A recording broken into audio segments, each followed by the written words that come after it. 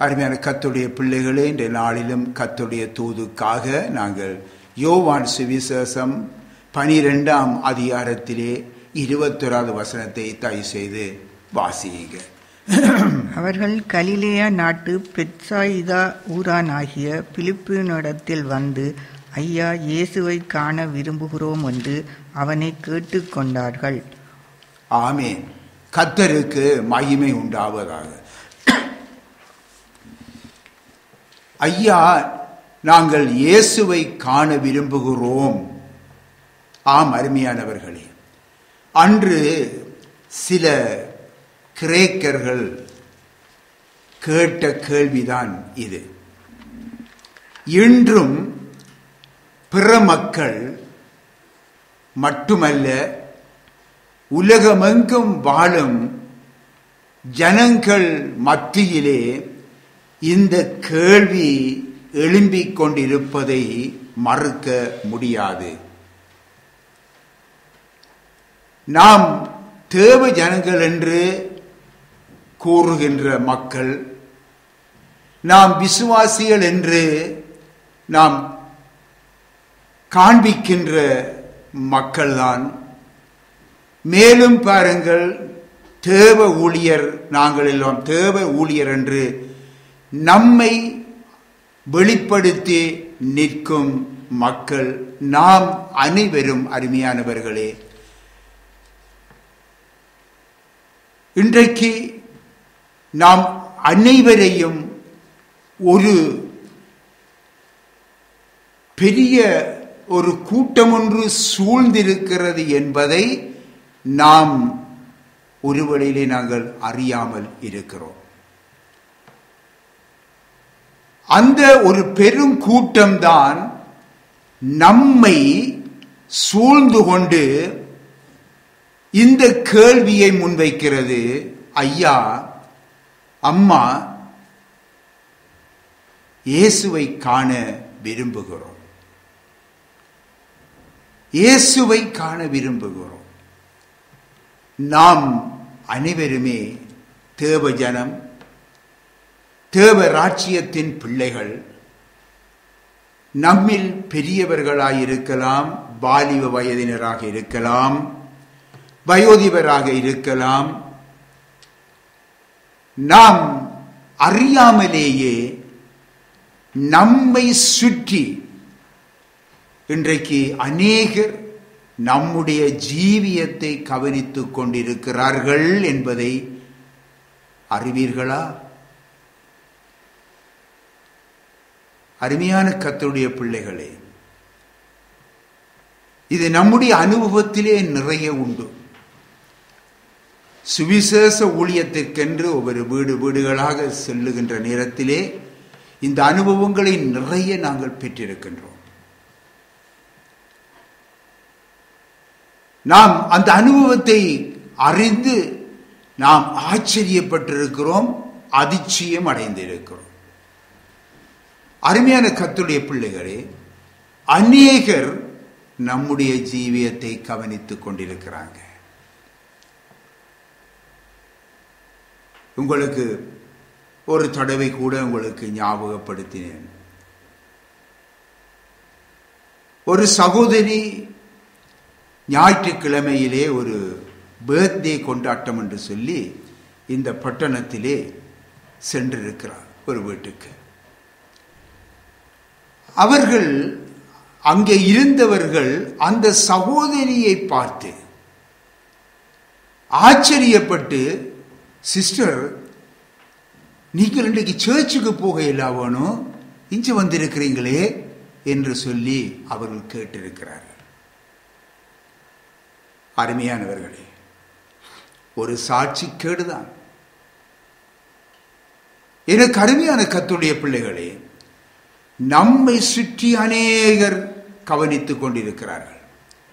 நம்முடைய பேச்சு, நம்முடைய நடையுடை, நாம் எங்கு செல்லுகிறோம், என்ன செய்கிறோம், எந்த சூழ்நிலையிலே கூடியிருக்கிறோம், நாம் கூடி நிற்கிற நண்பர்கள் யார், நாம் எங்கே வேலை செய்கின்றோம், வேலை செய்யும் ஸ்தலத்திலே நாம் எப்படி நடக்கின்றோம், நம்முடைய பிள்ளைகளை நாம் எப்படி வளர்க்கிறோம் என்றெல்லாம் அருமையானவர்களே கவனிக்கிறார்கள்.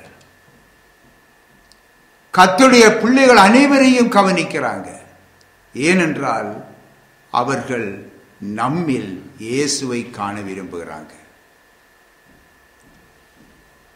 தங்களுடைய வாழ்க்கையில் இல்லாத காணாத ஒரு விசேஷத்தை நம்மிலே காண அவர்கள் விரும்புகிறார்கள்.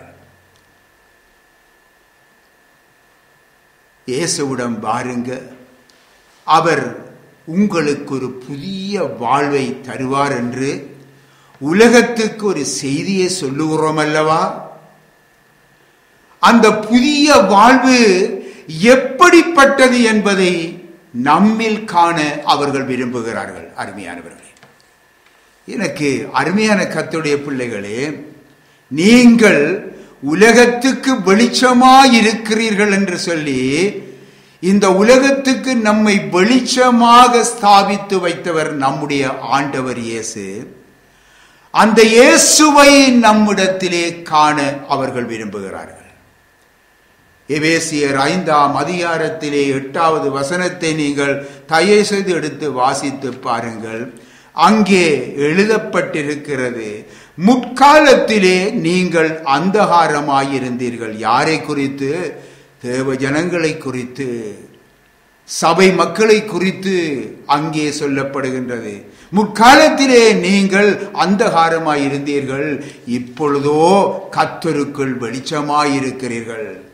வெளிச்சத்தின் பிள்ளைகளாய் நடந்து கொள்ளுங்கள் என்றும் நமக்காகவே எழுதப்பட்டிருக்கிறது. அருமையானவர்களே, இந்த வெளிச்சத்தை தான் நம்மிடத்திலே அவர்கள் தேடுகிறார்கள்.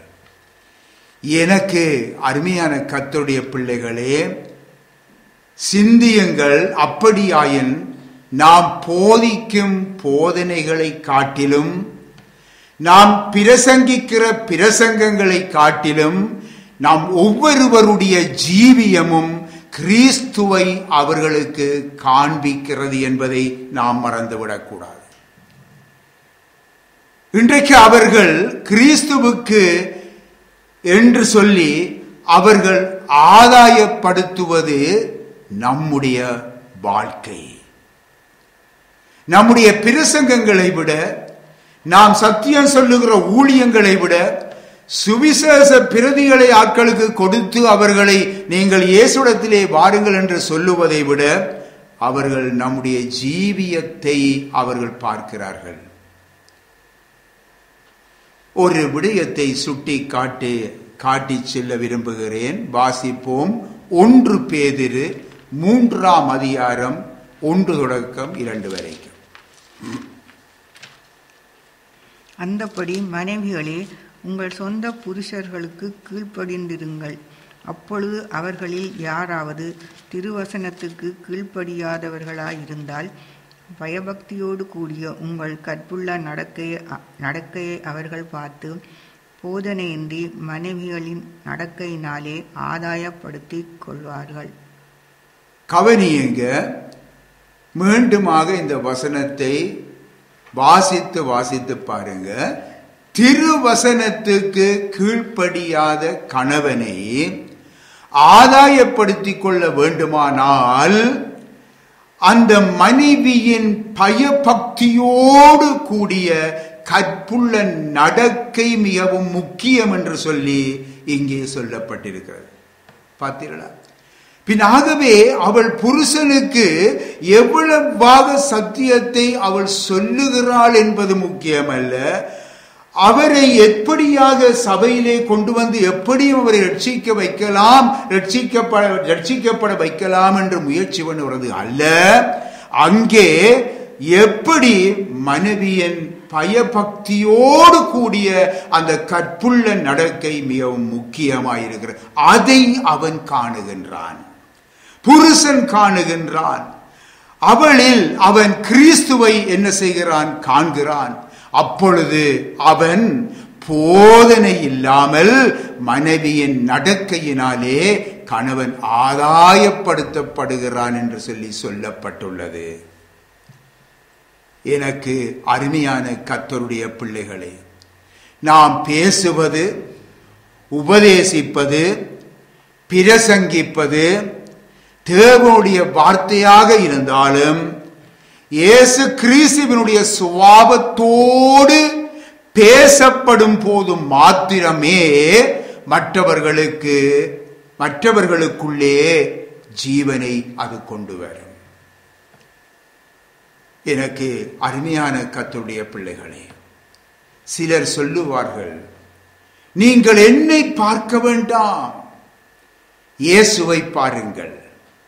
அருமையானவர்களே, ஊழிய பாதையிலே, சுவிசேஷ ஊழிய பாதைகளிலே கூட சிலர் இன்றைக்கு இப்படி சொல்லுகிறார்கள் தேவனுடைய ஜனங்கள், நீங்கள் என்னை பார்க்க வேண்டாம், இயேசுவை பாருங்கள். என்னுடைய தவறை நீங்கள் பார்க்க வேண்டாம், இயேசுவையே நீங்கள் பாருங்கள் என்று சொல்லி அவர்கள் சொல்லுவதை நாங்கள் காணுகிறோம். இது தவறான வழிநடத்தல், தவறான போதனை. நான் திருடுவேன், நான் பொய் சொல்லுவேன், வாயில் வந்தபடியெல்லாம் நான் பேசுவேன், ஆனால் நீங்கள் என்னை பார்க்க வேண்டாம், இயேசுவை பாருங்கள் பிரதர், இயேசுவை பாருங்கள் சிஸ்டர் என்று சொல்லுவார்கள். தேவனுடைய பிள்ளைகளே, மனுஷர் உங்களிடத்திலே வந்துதான் ஐயா, அம்மா, தம்பி, தங்கச்சி இயேசுவை காண விரும்புகிறோம் என்று சொல்லுவார்கள். அருமையானவர்களே, வேறு யாரிடத்திலே போய் சொல்லுவார்கள்? அப்போஸ்தலர்களும் அப்போஸ்தலராகிய பவுலும் கூட பாருங்கள், தங்களை பின்பற்றி வரும்படியாக அங்கே ஒரு மாதிரியாக வைத்து அவர்கள் பேசியதை நாங்கள் பிரசங்கித்ததை பார்க்கிறோம். தங்களையே பின்பற்றும் ஒரு முன்மாதிரியாக அவர்கள் தங்களை வைத்து பிரசங்கம் பண்ணினார்கள். எனக்கு அருமையான கர்த்தருடைய பிள்ளைகளே, தேவனுடைய பிள்ளைகளே, நம்முடைய பேச்சையும் நம்முடைய பிரசங்கங்களையும் விட நம்முடைய ஜீவியத்தையே இன்றைக்கு ஜனங்கள் மிகவும் நுட்பமாக கவனிக்கிறார்கள் என்பதை அறிந்து கொள்ளுங்கள். அருமையானவர்களே, அருமையான கர்த்தருடைய பிள்ளைகளே, அன்று ஒரு நாள் ஒரு சகோதரனோடு பேசிக்கொண்டு இருந்தேன், புறமத சகோதரனோடு. அப்பொழுது ஒரு காரியத்திலே அவரிடத்திலே நான் ஒரு டேர்மின் கேட்டேன், அதாவது ஒரு அப்பாயின்மெண்ட் ஒன்று கேட்டேன். அப்பொழுது அவர் சொன்னார், இந்த நாள் எனக்கு சரி வராது, இந்த நாள் எனக்கு சரி வராது, வியாழக்கிழமை உங்களோட ஜெப கூட்டம் இருக்குது, என்ன சரி வியாழன் சனி ஞாயிறு கூட சர்வீஸ் இருக்கு, என்ன பார்க்குறேன், இந்த நாளுக்குள்ள நான் இதை விட்டு நான் வேறு நாளில் நான் பார்த்து சொல்கிறேன். அப்பொழுது நான் ஆச்சரியப்பட்டேன். கரெக்டாக அந்த சரியான முறையிலே என்ன மாதிரியாக கணித்து வைத்திருக்கிறார் என்பதை, அறிந்து வைத்திருக்கிறார் என்பதை உணர்ந்து கொண்டேன். அருமையானவர்களே, அண்மையிலே எனக்கு அருமையான கர்த்தருடைய பிள்ளைகளே, ஆகவே கிறிஸ்து நம் மூலமாக வெளிப்படும்படியாக முதலாவது அவர் நம்மில் உருவாக்கப்பட வேண்டும். அருமையானவர்களே, நம்மில் உருவாக்கப்பட வேண்டும். இன்றைக்கு அப்போஸ்தலனாகிய பவுல் பாருங்கள், கலாத்தியரை பார்த்துத்தான் அவர் சொல்லுகிறார், என்ன தெரியுமா? கிறிஸ்து உங்களிடத்திலே உருவாகும் அளவும் உங்களுக்காக நான் கற்ப வேதனைப்படுகிறேன். யாரை பார்த்து சொல்லுகிறார்? சபையாரை பார்த்து சொல்லுகிறார். கிறிஸ்து உங்களிடத்திலே உருவாகும் அளவும் உங்களுக்காக நான் கற்ப வேதனைப்படுகிறேன். பார்த்தீர்களா அருமையானவர்களே? இது ஆச்சரியமா இருக்கிறது அல்லவா? சபை பிள்ளைகளை பார்த்து, சபையோரை பார்த்து, சபையிலே இருக்கிற ஏனைய ஊழியர்களை பார்த்து அப்போஸ்தலனாகிய பவுல் சொல்லுகின்றார், கிறிஸ்து உங்களிலே உருவாகும் அளவும் என்று சொல்லும் பொழுது கொஞ்சம் உங்களை சிந்தித்து பார்க்க வேண்டும். அருமையானவர்களே, நீங்கள் சபையிலே தான் இருக்கிறீங்க, ஊழியம்தான் செய்கிறீங்க, நல்ல பிரசங்கங்கள் என்று சொல்லி புகழ்ந்து கொண்டிருக்கிறீர்கள், அழகான ஒரு பாட்டுக்குழுவிலே நீங்கள் இருக்கிறீர்கள், எல்லாம் நல்லதுதான். ஆனால் கிறிஸ்து உங்களிலே உருவாக வேண்டும் என்பது மிக அவசியமாயிருக்கிறது. கிறிஸ்து நம்மிலே உருவாக அவருடைய வசனத்துக்கு நம்மை கீழ்ப்படுத்தி நடக்க வேண்டும். அருமையானவர்களே, பரிசுத்த ஆவியானவருடைய நடத்துதலுக்கு கீழ்ப்படிய நம்மை ஒப்புக் கொடுக்க வேண்டும். அருமையானவர்களே, இதனால் தான் நம்மில் உள்ள மாம்ச சுபாவங்கள், மாம்ச சிந்தைகள் அழிக்கப்படும் போது அங்கே கிறிஸ்துவினுடைய சுபாவமும் கிறிஸ்துவின் சிந்தையும் நம்மிலே ஆட்கொள்ளுகின்றது. அருமையானவர்களே, எனக்கு அருமையான கர்த்தருடைய பிள்ளைகளே, நம்முடைய ஆண்டவர் இயேசு இந்த உலகத்திலே அவர் மனித சாயலாக அவர் ஊழியம் செய்து கொண்டிருந்த காலத்திலே என்ன சொன்னார்? என்னை கண்டவன் என் பிதாவை கண்டான். என்னை கண்டவன் என் பிதாவை கண்டான். பிதா எப்படி என்று சொல்லி விரும்புகிறீர்களே அறிய வேண்டும் என்று, பிதா எப்படிப்பட்டவர் என்று, என்ன தன்மை உள்ளவர் என்று அறிய விரும்புகிறீர்களா? பிதா என்ன சுபாவமுடையவர் என்று அறிய விரும்புகிறீர்களா? என்னை கண்டவன் பிதாவை கண்டான். எனக்கு அருமையான கர்த்தருடைய பிள்ளைகளே, வார்த்தையை நன்றாக உணர்ந்து பாருங்க. அப்போஸ்தலனாகிய பவுல் சொல்லும் பொழுது, நான் கிறிஸ்துவை பின்பற்றுகிறது போல நீங்களும் என்னை பின்பற்றுங்கள் என்று சொல்லுகின்றார். திட்டமும் தெளிவுமாக சொல்லுவதை நீங்கள் 1 கொரிந்தியரில் நீங்கள் 11ஆம் அதிகாரத்திலே நீங்கள் காணலாம். அப்போஸ்தலனாகிய யோவான் தன்னுடைய முதலாவது நிருபத்திலே 4வது அதிகாரம் 17ஆம் வசனத்திலே பாருங்கள், அவர் இருக்கிற பிரகாரமாக நாமும் இவ்வுலகத்திலே இருக்கிறோம், அவர் இருக்கிற பிரகாரமாக நாமும் இவ்வுலகத்திலே இருக்கிறோம் என்று சொல்லி அங்கே எழுதியிருக்கிறார். எனக்கு அருமையான கர்த்தருடைய பிள்ளைகளே, இந்த உலகத்தார் உங்களிடத்திலே வந்து, ஐயா, அம்மா, தங்கச்சி, தம்பி, நண்பனே, இயேசுவை காண விரும்புகிறோம், எங்களுக்கு காண்பியுங்கள் என்று கேட்டால், என் வாழ்க்கையிலே கர்த்தர் இயேசுவை கண்டுகொள்ளலாம், வந்து பாருங்கள் என்று தைரியமாக சொல்ல முடியுமா, கூற முடியுமா என்பதை நாம் அனைவருமே சிந்தித்து பார்க்க வேண்டும்.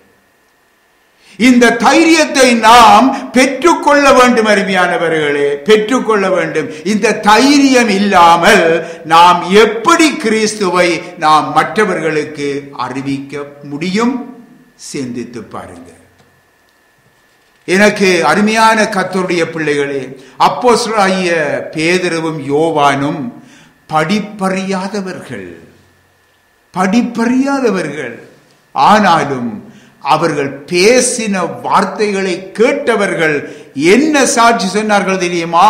அவர்கள் ஆண்டவர் இயேசுவோடு கூட இருந்தவர்கள் என்று சொல்லி அறிந்து கொண்டார்கள். அவர்கள் ஆண்டவர் இயேசுவோடு கூட இருந்தவர்கள்.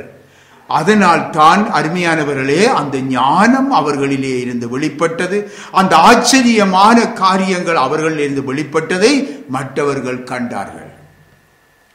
இதை நீங்கள் அப்போஸ்தலர் நடபடிகளிலே 4ஆம் அதிகாரத்திலே 13வது வசனத்திலே நீங்கள் எடுத்து வாசித்து பாருங்க.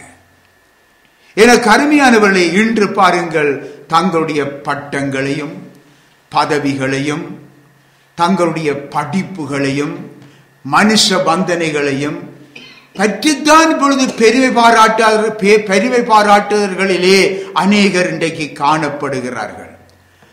ஆனால் இவர்கள் மூலமாக அந்த கர்த்தர் இயேசுவின் நாமம் தூஷிக்கப்படுகிறது. அருமையானவர்களே, தூஷிக்கப்படுகிறது மட்டுமல்ல, அந்த உண்மையான தேவனுடைய பிள்ளைகள் கூட இப்படிப்பட்டவர்களாலே தூஷிக்கப்படுகிறார்கள். எனக்கு அருமையான கர்த்தருடைய பிள்ளைகளே, யோவான் ஸ்நானனை குறித்து நம்முடைய ஆண்டவர் சொல்லும் பொழுது ஒரு வார்த்தை சொன்னார். என்ன தெரியுமா? அவன் எரிந்து பிரகாசிக்கிற விளக்காயிருந்தான். எரிந்து பிரகாசிக்கிற விளக்காய் இருந்தான் என்று சொல்லுகின்றார். அருமையானவர்களே, இன்றைக்கு நாமும் கூட ஏன் நம்முடைய சபையில் உள்ள மக்களுக்காக நாம் எந்த வகையிலே எரிந்து பிரகாசிக்கிறோம், எரிந்து பிரகாசிக்கிற விளக்காயிருக்கிறோம்? ஆராய்ந்து பார்ப்போமா? இன்றைக்கு சபையில் இருக்கிற ஊழியர்கள் ஆராய்ந்து பார்க்க வேண்டும். சபையில் இருக்கின்ற மக்கள், நம்மை பின்பற்றி வரும் மக்கள், அவர்கள் வேதனையோடும் கண்ணீரோடும் கவலைகளோடும் பசிபட்டினியோடும் இன்னும் கூட வசதி இல்லாத வாழ்க்கையோடும் அவர்கள் இருக்கும் பொழுது, அவர்கள் வியாதியோடு இருக்கும் பொழுது, விசாரிப்பாரற்று இருக்கும் பொழுது அங்கே என்ன நடைபெறுகிறது? நம்முடைய வாழ்க்கை வசதிகளை நாளுக்கு நாள் பெருக்கிக் கொண்டிருக்கிறோம் அல்லவா? நாம் பெருகிக் கொண்டிருக்கிறோம் அல்லவா? ஆடம்பரமாய் வாழுகிறோம் அல்லவா? மற்றவர்களுக்கு முன்பாக ஒரு மேன்மையான மக்களாக எங்களை காண்பித்துக் கொள்ளுகிறோம் அல்லவா? எங்களுடைய கண்ணுக்கு முன்பாக விதமான ஜனங்கள் அமர்ந்திருக்கிறார்களே, அவருக்கு முன்பாக கர்த்தர் ஆசீர்வதிக்கிறார் என்று மேன்மையாக சொல்லிக் கொண்டு நிற்கிறோம் அல்லவா? அப்படியாயின் ஒரு சாரார் சபையிலே குறுகி இருக்கவும், ஒரு சாரார் தாழ்ந்திருக்கவும், இன்னொரு சாரார் கர்த்தரால் ஆசீர்வதிக்கப்படுகிறார் என்று சொல்லுகிறவென்றால், அருமையான தேவனுடைய பிள்ளைகளே, இவ்விதமான முழக்கங்கள் சபையிலே இருக்குமாயின், அப்படியாயின் நம்முடைய பரமதகப்பன் தம்முடைய பிள்ளைகளுக்கு பாரபட்சம் காட்டுகிறவரா? பாரபட்சமாய் நடக்கிறாரா? சிந்தித்து பாருங்க. இல்லவே இல்லை, இல்லவே இல்லை. அந்த ஜனங்கள் அந்த இயேசுவை, அந்த ஆசீர்வதிக்கிற இயேசுவை, பரிபூர்ணமான ஆசீர்வாதத்தை கொடுக்கிற அந்த இயேசுவை, அந்த விடுதலையை கொடுக்கிற இயேசுவை காண விரும்புகிறார்கள். அவரை காண்பிக்க கூடிய நிலையிலே நாம் இருக்கிறோமா? இல்லை என்பதுதான் உண்மை. இல்லை என்பதுதான் உண்மை. நாங்கள் காணிகள் வாங்குகிறோம், பூமிகள் வாங்குகிறோம், கட்டடங்கள் கட்டுகிறோம், நம்முடைய வாழ்க்கையை பெரிதாக விவரித்து காட்டுகிறோம். இயேசு எங்களை ஆசீர்வதிக்கிறார் என்று சொல்லும் பொழுது, விசாரிப்பாரற்று கண்ணீரற்று கவலையோடு வாழுகின்ற எத்தனை சகோதர சகோதரிகள் உங்கள் மத்தியில் இருக்கிறார்கள். அப்படி என்றால் நம்முடைய ஆண்டவரை எப்படி அவர்கள் காண முடியும்? அவர்கள் காணுவதாயின் ஆண்டவர் பாரபட்சமற்றவர், அவர்களைத்தான் ஆசீர்வதிக்கிறார், எங்களை ஆசீர்வதிக்க இல்லையே என்றுதானே சொல்லுவார்கள். ஆகவே உன்னை அந்நியம் ஆசீர்வதிக்கிற அந்த தேவனை நீ சாட்சிப்படுத்தி, நீ அவரை மகிமைப்படுத்தி எல்லாருக்கும் முன்பாக மகிமைப்படுத்துறதாக இருந்தால், அவர்கள் உன்னிலே இயேசுவை காண வேண்டும். அந்த இயேசுவைத்தான் காண விரும்புகிறார்கள். அந்த இயேசு யாருக்கும் பட்சபாதம் செய்கிறவர் அல்ல. அவர் எல்லா மக்களையும் ஆசீர்வதிக்கிற தேவன். தேவனுடைய பிள்ளைகளே, மோசேயை குறித்து பாருங்கள். அவன் பூமியில் உள்ள எல்லா மனிதரிலும், எல்லா மனுஷரிலும் மிகுந்த சாந்த குணம் உள்ளவனாயிருந்தான் என்று சொல்லி காண்கின்றோம். காரணம் என்ன? மோசே அனுதினமும் தேவனுடைய சாயலை காணக்கூடியவராக இருந்தார். எண்ணாகமத்திலே நீங்கள் 12ஆம் அதிகாரத்திலே 3வது வசனத்தை நீங்கள் எடுத்து வாசித்து பாருங்கள். எனக்கு அருமையான கர்த்தருடைய பிள்ளைகளே, கர்த்தர் எப்பொழுதும் தனக்கு முன்பாக கர்த்தரை நிறுத்தி நோக்கி கொண்டிருந்தார். இன்னொரு தேவ மனிதன் எப்பொழுதும் சொல்லும் பொழுது, வார்த்தையை சொல்லும் பொழுது உங்களுக்கு விளங்கும். கர்த்தரை எப்பொழுதும் தனக்கு முன்பாக நிறுத்தி நோக்கி கொண்டிருந்தார் ஒரு தேவ மனுஷன். அவர்தான் தாவீது. அவர் அந்த தாவீதை பாருங்கள், அவருடைய அந்த இருதயத்துக்கு ஏற்ற மனுஷனாக அவர் மாறியிருந்தார் என்று சொல்லி நாங்கள் பார்க்கிறோம். தேவனுடைய இருதயத்துக்கு ஏற்ற ஒரு மனுஷனாக மாறியிருந்தார். எனக்கு அருமையான கர்த்தருடைய பிள்ளைகளே, இப்படியே நாம் கிறிஸ்துவை போல மாற்றப்பட என்ன செய்ய வேண்டும்? பூமியில் உள்ளவைகளை அல்ல, மேலானவைகளையே நாடுகிறவர்களாய் தேடுகிறவர்களாய் நாம் காணப்பட வேண்டும்.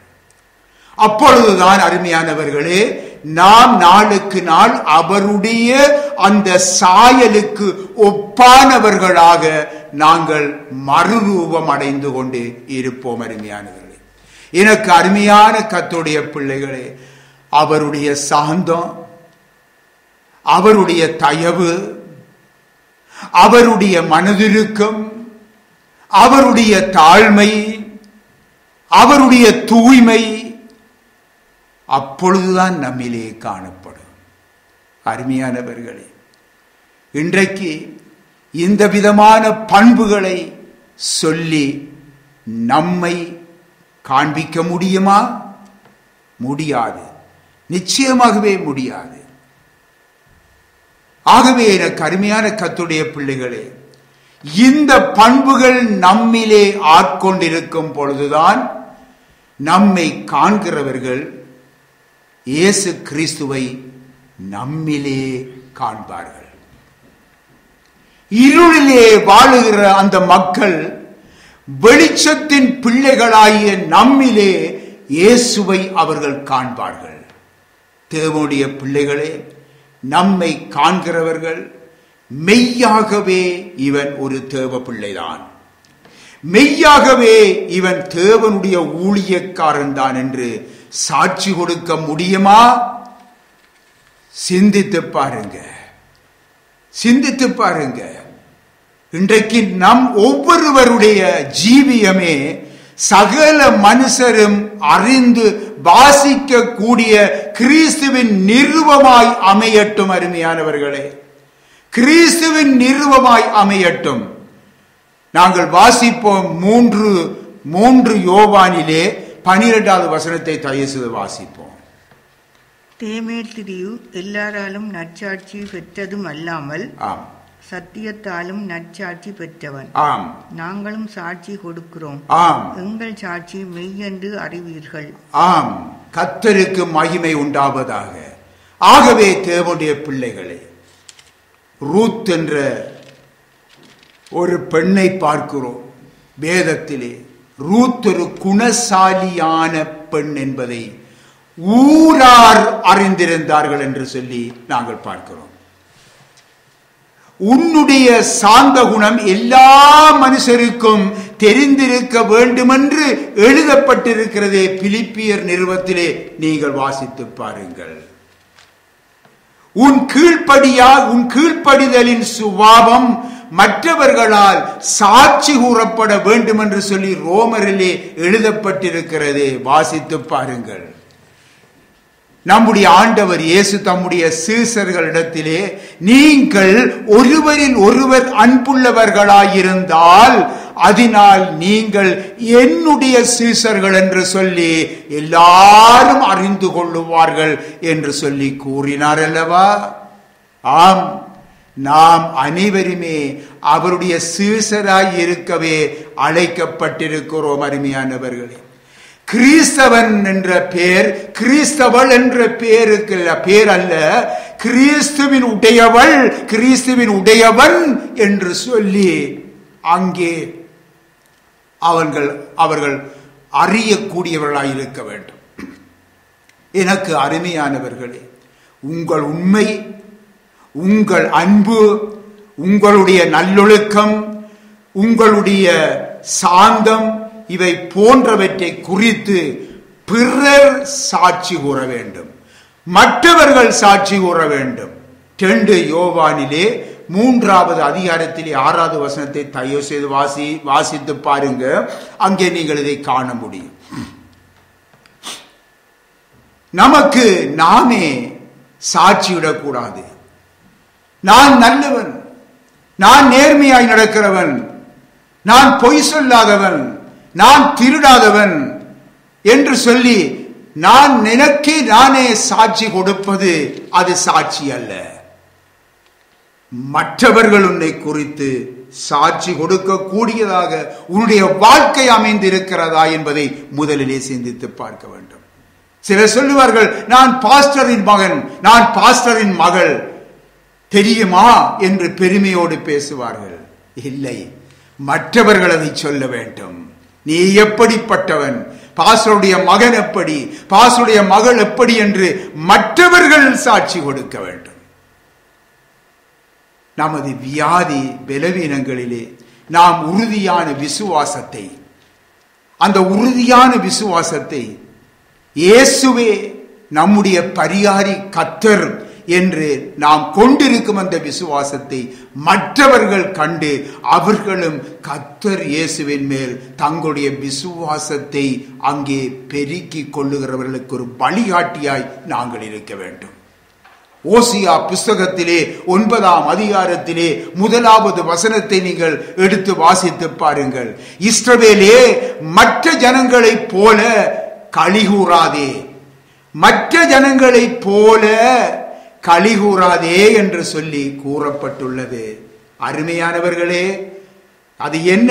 ஆகவே புற மக்களைப் போல, மற்ற மனுஷரைப் போல நம் உலகத்தின் காரியங்களிலே சந்தோஷம் அடைவதும் களி கூறுதலும், உலக சந்தோஷங்களிலும் புறமத சடங்குகள் போன்றவற்றிலே நாம் கலந்து கொண்டு களி கூறுவதிலும், இவைகளுக்காக தேவனுடைய காரியங்களை நாம் அசட்டை பண்ணிவிட்டு நடப்பதும் அருமையானவர்களே கூடாத காரியம். கூடாத காரியம். ஏன்? நாம் இந்த உலகத்திலிருந்து வேறு பிரிக்கப்பட்டவர்கள். நாம் உலகத்தை போன்று, உலகத்தின் மனுஷரை போன்று, உலகத்தின் செய்களை போன்று எங்களுடைய நடை உடை பாவனையோ செயலோ பேச்சோ இருக்கக்கூடாது. நாம் பிரித்தெடுக்கப்பட்டவர்கள், நாம் தேவனுடைய பிள்ளைகள், நாம் தேவனுடைய ஊழியக்காரர் என்ற ஸ்தானத்தை நாங்கள் பாதுகாத்துக் கொள்ள வேண்டும்.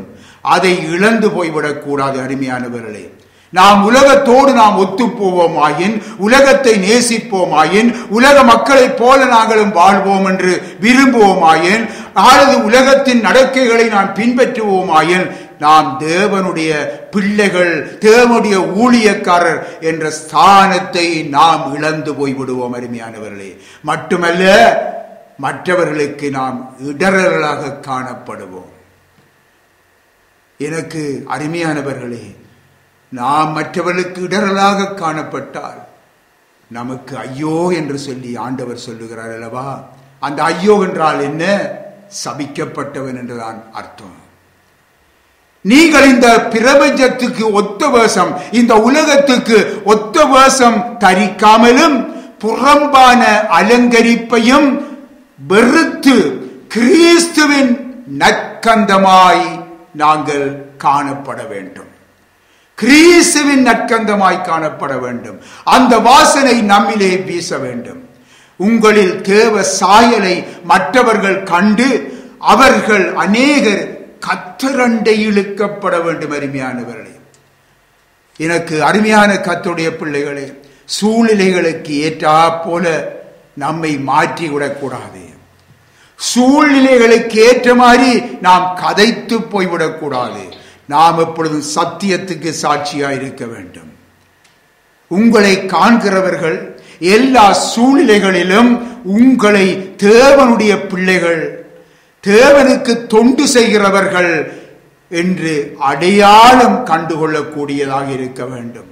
1 யோவானிலே 2ஆம் அதிகாரத்திலே 6வது வசனத்தை தயவு செய்து வாசியுங்க. அவருக்குள் நிலைத்திருக்கிறேன் என்று சொல்லுகிறவன் ஆம், அவர் நடந்தபடியே தானும் நடக்க வேணும். கர்த்தருக்கு மகிமை உண்டாவதாக.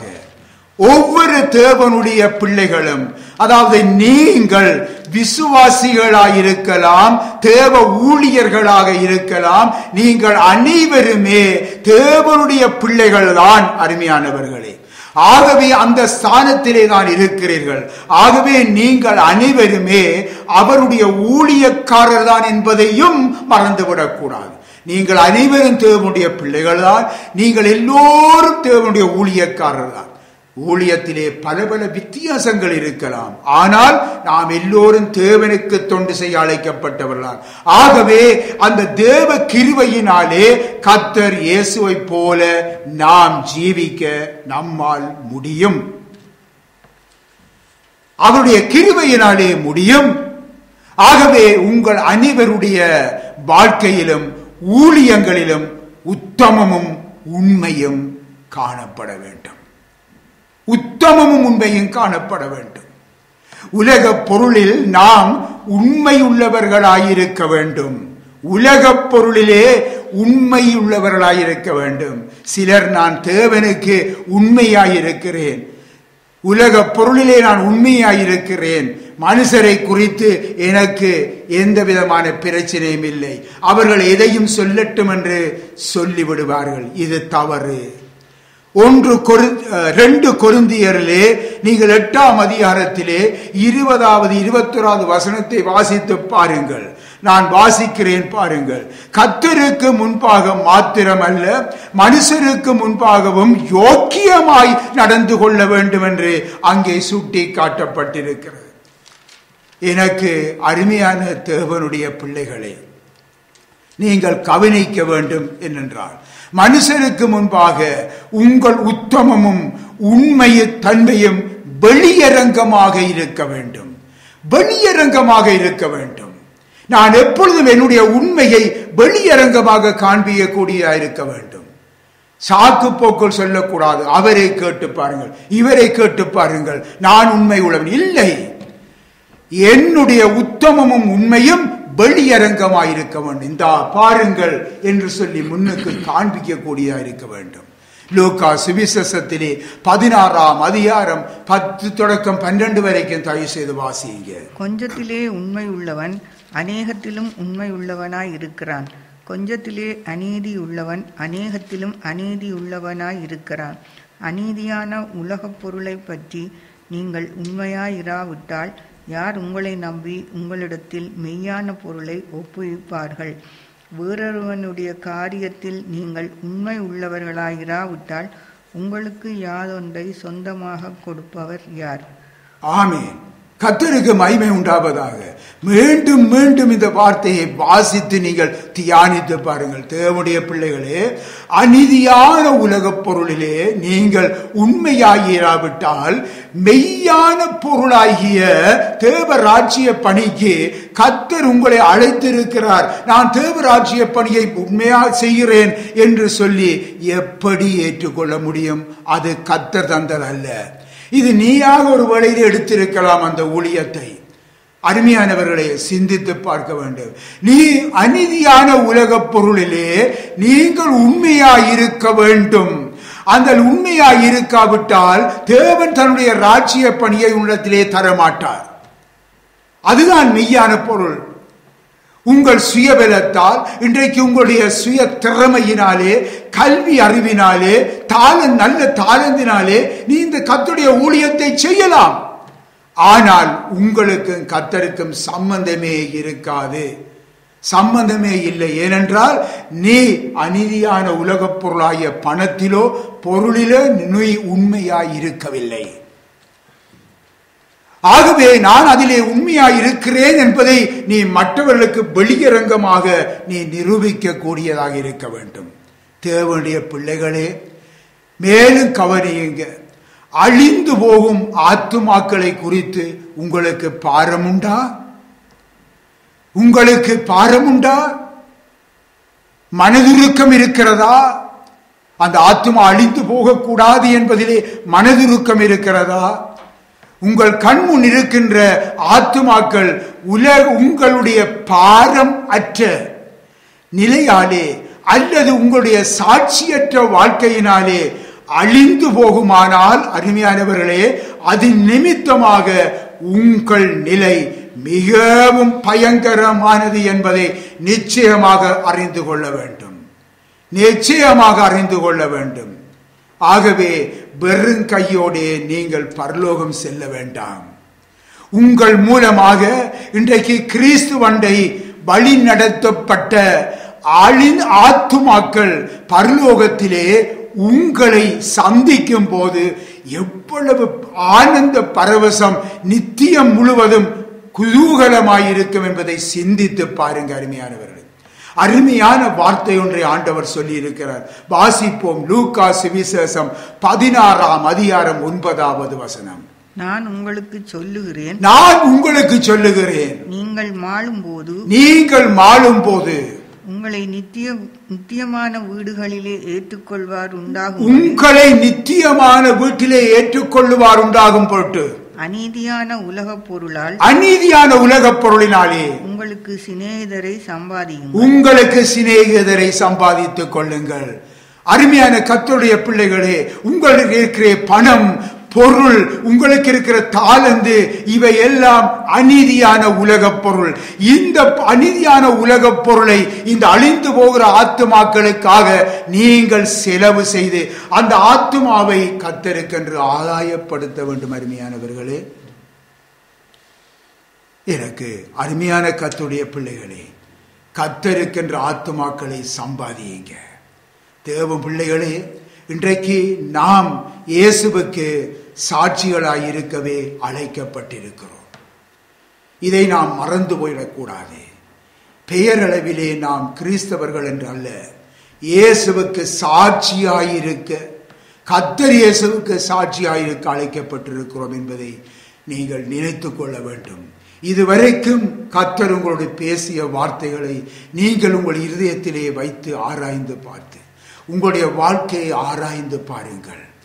என்னுடைய வாழ்க்கை எப்படி இருக்கிறது என்பதை ஆராய்ந்து பாருங்கள். ஆராய்ந்து பார்த்து என்னுடைய வாழ்க்கையிலே எந்த பகுதியிலே நான் திருத்தம் செய்யப்பட வேண்டுமோ, என்னுடைய வாழ்க்கையிலே எது சரி செய்யப்பட வேண்டுமோ அவைகளை சரி செய்ய இன்றைக்கே இந்த நிமிஷமே எங்களை ஒப்பு கொடுப்போம். ஆமென்.